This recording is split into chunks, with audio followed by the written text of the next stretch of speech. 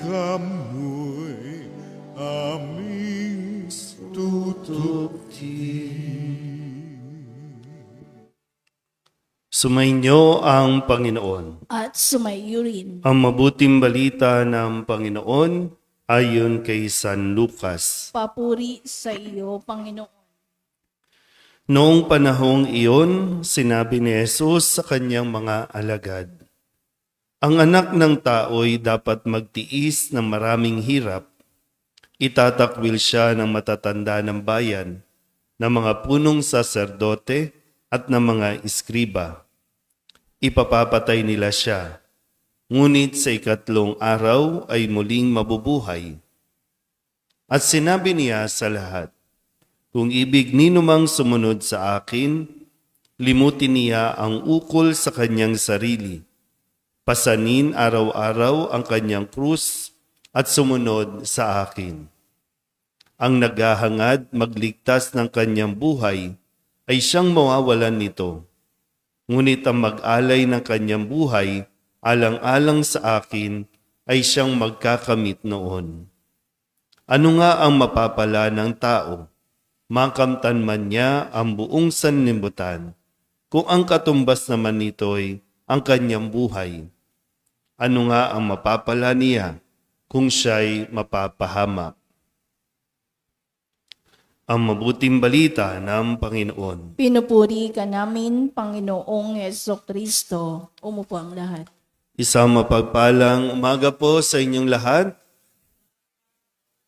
Ngayon po ay Huwebes, kasunod ng Miyerkules ng Abo. Kamusta po ang karanasan kahapon sa pagsisimula ng Kwaresma? Nagutom ba? Oh, wala lang. Lumipas lang yung araw nang wala tayong naranasan na sakripisyo o pag-aayuno. Pero sabi nga din po, no, hindi para bang hindi lang tayo pwedeng magtuon doon sa kung ano ang mga sakripisyo. Baka sabi nga, no, baka pinahirapan lang natin ang ating mga sarili. Pero yung hinihingi sa atin ay hindi natin pinagtuunan ng pansin.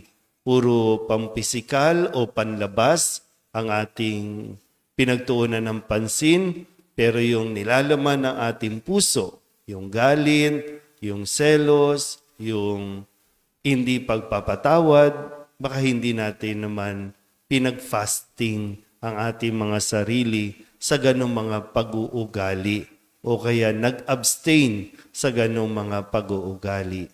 Yun yung masigin na nais nawa, no, na mas mapahalagahan natin kesa doon sa mga sumunod nga tayo sa mga panuntunan, pero yung pakikipag-away, sama ng loob, hindi natin inalis. So nawa, sa pagsisimula natin ng ating pong paglalakbay, muli tayong pinaalalahanan ni Jesus na maging buo ang ating mga desisyon.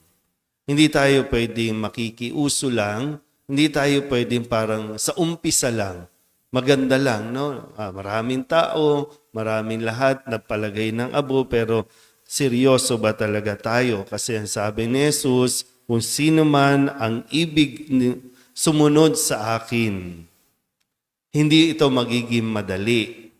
Kasi maraming detachment na kailangan gawin, maraming kailangan alisin o limutin sa kanyang sarili. Hindi ito nakafocus lang, no? Baga, ako lang, gusto ko, kaya ako susunod kasi para gumanda ang buhay ko, para yumaman ako, para guminhawa ako, para hindi ako magkasakit. Hindi ganon ang sinasabi sa atin ni Kristo kung gusto nating sumunod sa Kanya. Pero, sabi nga, no, kung sino man ang ibig na sumunod, hindi ito puwersahan. Malaya tayong pinagdidesisyon kung sino man ang gustong sumunod sa akin.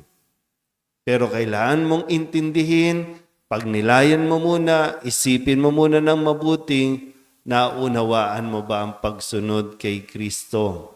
Kasi baka yung pananaw natin, no, gaya nga ng nabanggit ko kanina, baka ang pananaw natin kapag sumunod tayo kay Kristo, ayahay na ang buhay. Kapag sumunod tayo kay Kristo, hindi tayo magkakasakit. Pag sumunod tayo kay Kristo, hindi tayo mawawalan ng pera. Yayaman pa nga tayo pag sumunod kay Kristo. Lahat dito sa sinasabi ni Kristo, medyo kabaliktaran ng atin pong pag-unawa. Pero sabi din naman sa unang pagbasa sa aklat ng Deuteronomio, sa pamamagitan ni Moises, sabi, nasa sa inyo ngayon yung kapasyahan. Kayo ang pipili ng buhay na inyong dinaranas. Ganda rin mo pala, no? Na mapagnilayan natin. Ano man ang katayuan natin ngayon, ikaw yan. Desisyon mo yan. Pinili mo yan. Huwag natin ibato sa Diyos na ganito ang buhay ko. Bakit ganito?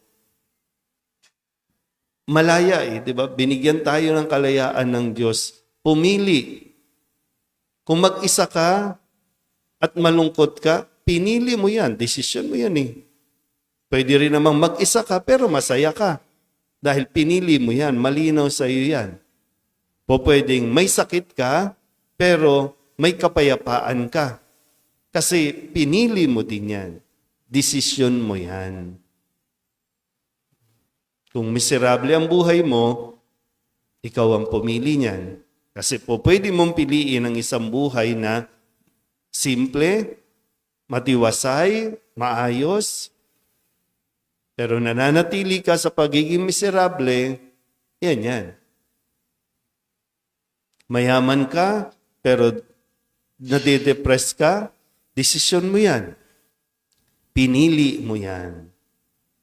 Pero sana po sa lahat ng ating mga pinipili sa araw-araw ay bahagi po ng ating pag-unawa na kasi nais nating sumunod kay Kristo. At hindi madali na sumunod kay Kristo.